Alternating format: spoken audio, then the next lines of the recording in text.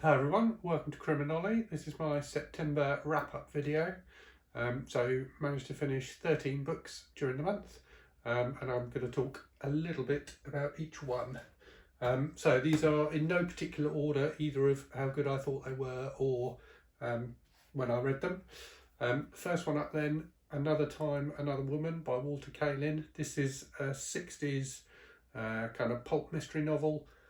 A very strange mix of the kind of things that you expect in a 60s pulp mystery novel. So it's got a femme fatale, it's got some murders and things like that, but also some very strange details. So for example, the main cop character in the book has a monkey called Baked Beans who he keeps under his hat.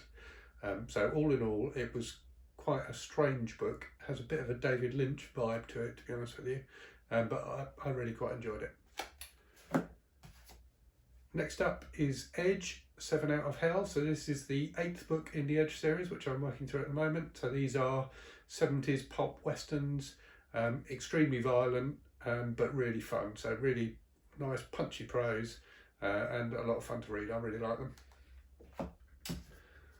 Next up then is The Specialist. So this is an 80s, I think, horror novel about a sadistic kind of Nazi commander who tortures people to get secrets out of them. It's a slightly strange mix of kind of war thriller and horror novel.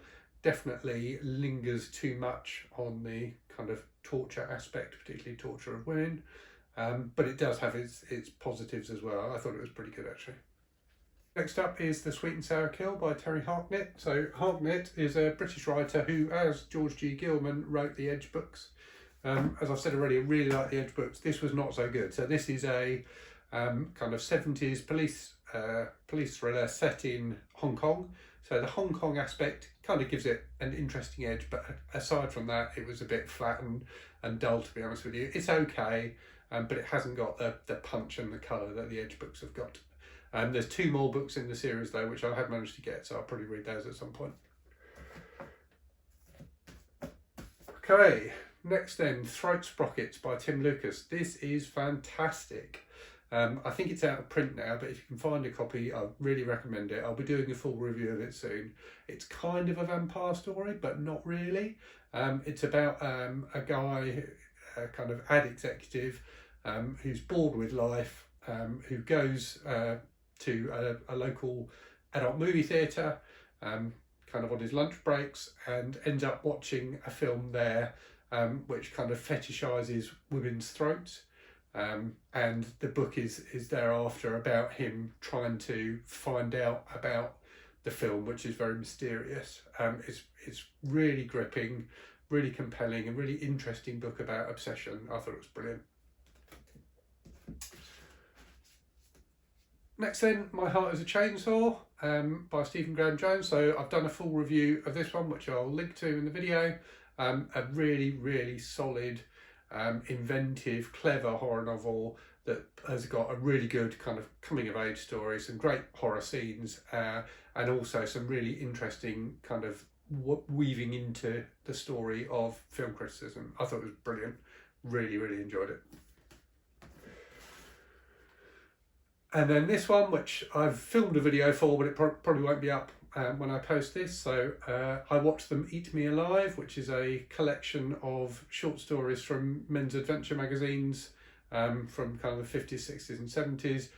Really over the top stuff, really good fun. The book's packed with fantastic illustrations from the original magazines as well. So if that sounds like something you'd like, I recommend checking it out. You can get it on Amazon. So that's all the paper books I read.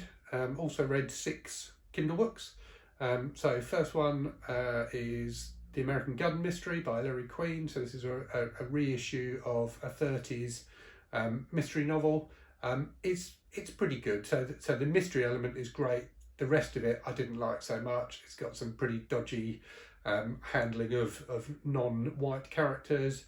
And the writing's just a bit leaden, and Ellery Queen, who, as well as being the name of the author, is also the name of the hero, just comes across in the book as a bit of a dick, to be honest with you.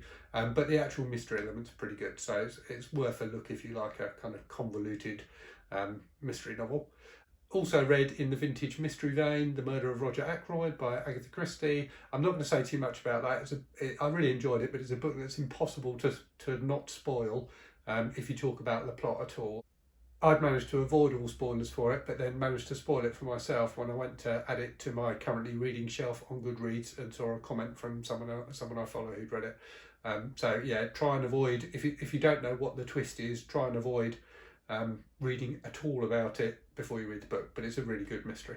Kind of at the other end of the spectrum, and again I've posted a video on this one already, so I will link to that in the video. It was The Shadow by James Patterson and Brian Sitz, which was absolutely awful. Avoid at all costs.